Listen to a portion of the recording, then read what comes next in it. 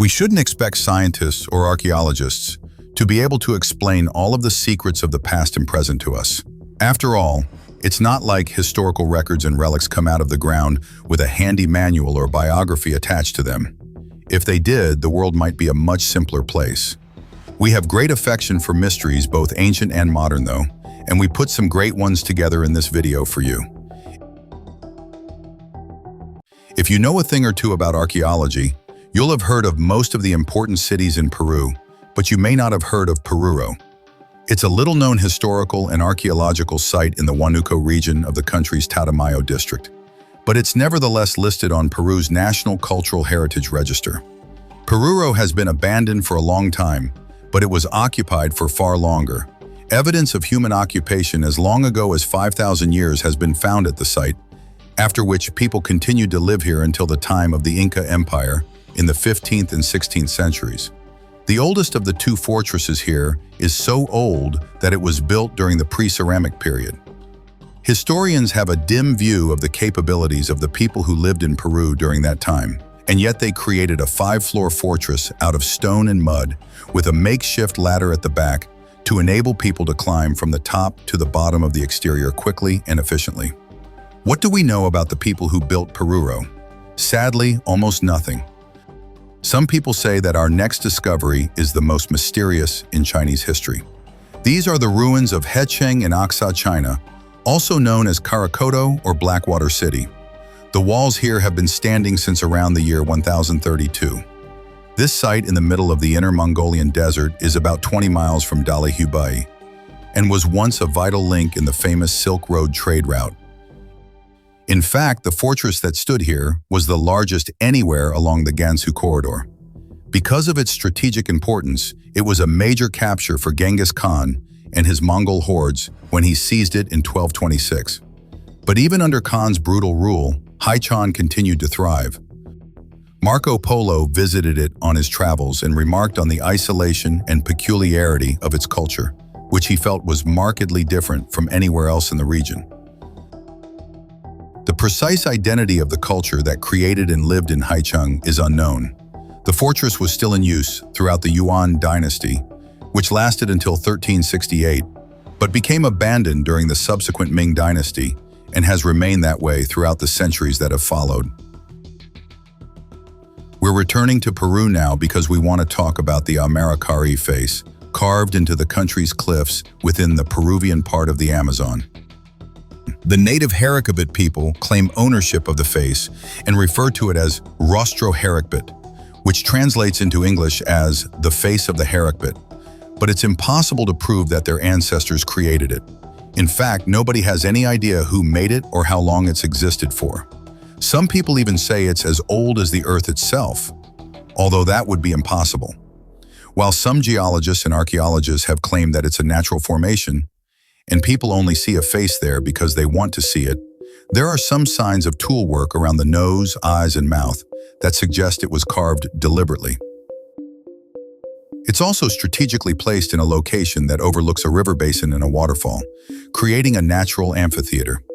It's likely that the people native to this part of the world carved his face hundreds or perhaps even thousands of years ago, but the knowledge of why they did it and what they meant by it has been lost to time. Let's shift our focus to a burial ground in northern France that contains the remains of several Stone Age men, but just one woman. These people were laid to rest in a monumental cemetery at Fleury-sur-Orne some 6,500 years ago. What's puzzling archaeologists about the discovery isn't just the presence of the woman, but the fact that the woman was the only person at the site to be buried with weapons. To be more specific, she was buried with arrowheads. Experts aren't sure what to make of both the fact she was a woman and the fact she was buried with weapons and surrounded by men. Might she have been their queen? If so, why were none of her people armed so they could protect her? Was she a warrior woman who protected her tribe? Was she viewed as male by her peers? Perhaps the act of burying her with weapons made her symbolically male and gave her the right to be buried alongside the men. Actually, on the other hand, maybe our confusion has more to do with the fact that there's still way too much we don't know about the lives and cultures of our Neolithic ancestors. There's a place in Yemen known as the Well of Hell. It's so deep that nobody knows what's at the bottom, nor does anyone truly understand the processes by which it was made. Locals say that it was created as a prison for demons, hence its name. We can probably disregard that suggestion, but it would be nice to have a scientific explanation.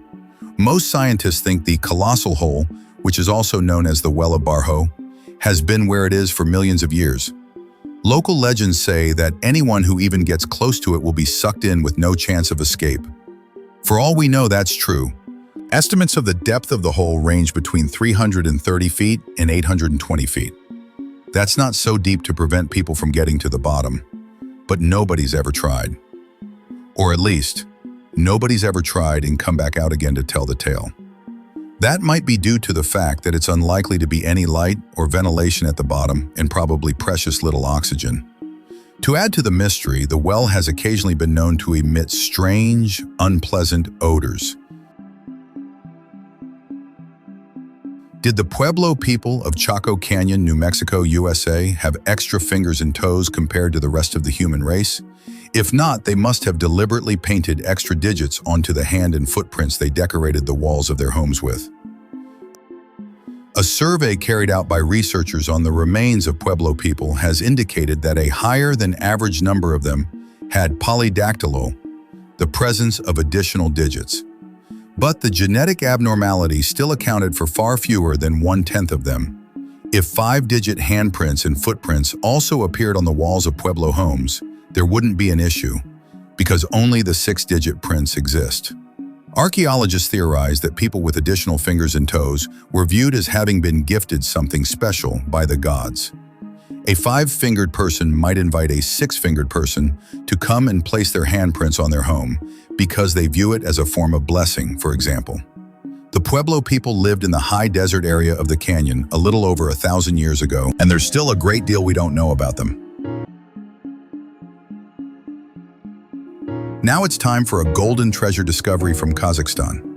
There, in late 2018, archaeologists discovered a treasure trove of golden items in the Tabagati Mountains. There are more than 3,000 items in the collection, all of which are thought to be about 2,800 years old.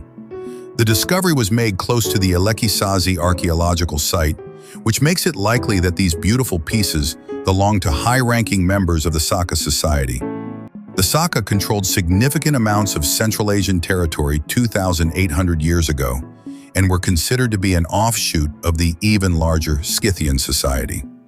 While there are too many stunning pieces of jewelry here to name them all, the standouts among the collection include bell-shaped earrings, necklaces made of precious stones, and incredibly well-crafted and realistic depictions of animals. The standard of the craft skill on display here is comparable to anything you'd find in the modern world. Some people would go so far as to say that it exceeds it. It's thought that there are up to 200 undiscovered burial mounds in the same vicinity, so this might be the tip of the iceberg in terms of what's to come in future years. The Tsar of Draa is one of the best-known and most appreciated ancient sites in Algeria, but is largely unknown outside the country. You'll find it, or rather its ruins, in Timimone, standing alone and surrounded by miles of featureless sand dunes. Perhaps the reason that the Tsar of Draa is barely known outside of Algeria is that not even the people who live closest to it can say how long it's been there. They also don't know who built it or why. Because of that, it's hard to say what this circular structure was used for. It could have been a fortified castle, but it may also have been a military post or perhaps a prison. Another theory is that it may have been a particularly large caravanserai, a sort of roadside inn where travelers could break up a long journey and rest overnight. There would certainly have been plenty of accommodation if the Tsar of Draa were a caravanserai. There are layers of rooms 3 levels deep. What makes a military or defensive use more likely is the fact that these rooms are surrounded by double walls. On the other hand, the windows of a military building would have faced outwards. The Tsar of Draa appears to have had no outward-facing windows at all. Legend has it that Royston Cave in Herefordshire, England, was a secret hideout and meeting place used by the Knights Templar. We can't prove that it was, but we also can't prove that it wasn't. It's a mysterious place, covered with strange paintings and inscriptions on the walls that appear to draw influence from several different places and many different eras. Some of these symbols definitely relate to the Knights Templar, but they're side by side with pagan symbols. Knights Templar were Puritans and wouldn't have tolerated the presence of pagan symbols alongside their own. So that leaves us with three possibilities. One is that the pagan symbols were added long after the Knights Templar symbols. Another is that this was a secret meeting place for a splinter group of the Knights Templar who held some unusual beliefs. The third is that Royston Cave is a hoax and the paintings are fake. That seems unlikely. The cave was discovered in 1742 and was investigated thoroughly at the time. Dr. would tell us of Haumatic, rising that in normal world left in a Kunstong product, doing the Mashun. Without further discoveries at the site, we'll probably never know who created it. To Chinese discs might be, they're not a riddle to archaeologists. They know all about the 5,000-year-old creations and what they were used for. The ornate creations looked like a donut, but were inscribed with both religious and natural symbols, and buried with people of high social status during the China of the Neolithic era. What's a riddle, though, is how one of them suddenly turned up in a garden in Kentucky, USA, in 2015. Wherever it came from, the artifact is genuine. It's made from nephrite jade and features a shui dragon, and it contains 4 Chinese script characters.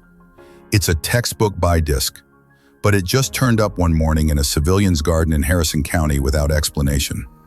One day it wasn't there, and the next day it was. The civilian who found it had no idea what it was, and it took him 2 years to get a positive identification of it. It's unlikely that he forged it. It's possible someone else threw it into his garden, but why would anyone throw away such a valuable ancient artifact? Maybe historical curiosities have started falling out of the sky in America. Just when archaeologists think they've seen it all, something comes along that takes them totally by surprise. In April 2020, archaeologists in Siberia came across the 2,100-year-old tomb of a warrior sealed inside a burial mound and surrounded by the burnt bodies of more than 200 people. That was strange enough, but inside his tomb, they found a death mask, and inside the death mask was a skull. The skull is not that of the warrior, but that of a ram. The death mask is life-sized and sealed, so scientists use scanning technology to look inside it rather than breaking it open. The warrior belonged to the Tagar culture, which is known to have had elaborate funeral rites. But nothing like this has ever been found before, and historians have no idea what to make of it. Siberian death masks have been discovered before now, but they're always found to contain the skulls of the deceased. One possibility for what happened in this case is that the ancient inhabitants of Siberia worshipped rams, so replacing the warrior's head with a ram skull might have been intended as a mark of respect.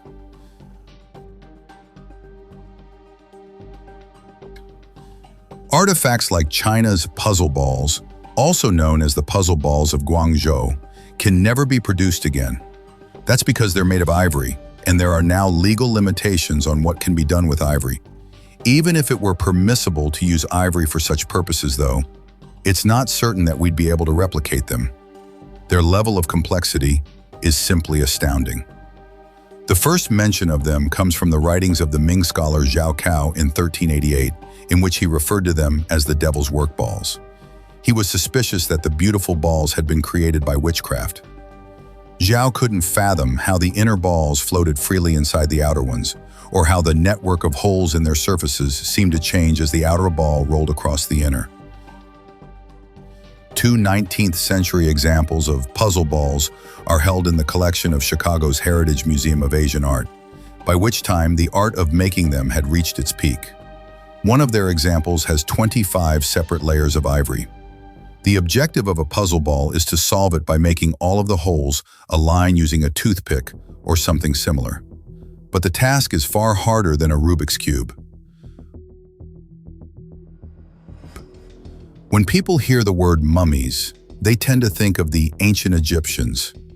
If you've been watching some documentary channels for a while, you know that there are plenty of other places around the world where mummification was practiced at some stage in history. However, the practice was rare in Europe. That's what makes the so-called mummy kelder or mummy cellar in Vivoort in the Netherlands so strange.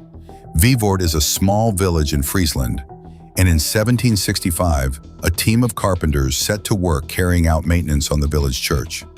In the process, they found a hidden crypt containing 11 coffins. The curious carpenters noted that the coffins looked brand new, so they opened them. To their immense terror, they found the bodies inside hadn't decayed or decomposed at all. It's since been determined that the decomposition process happens at a glacial pace inside the crypt because of its cool, dry atmosphere. Birds occasionally get trapped in the crypt, and their remains undergo this natural mummification process too. The bodies are still decomposing though, and they're in a significantly worse state now than they were in 1765. It's thought that they're the remains of members of a Protestant religious cult called the Labadis, which briefly flourished in the region during the 17th century.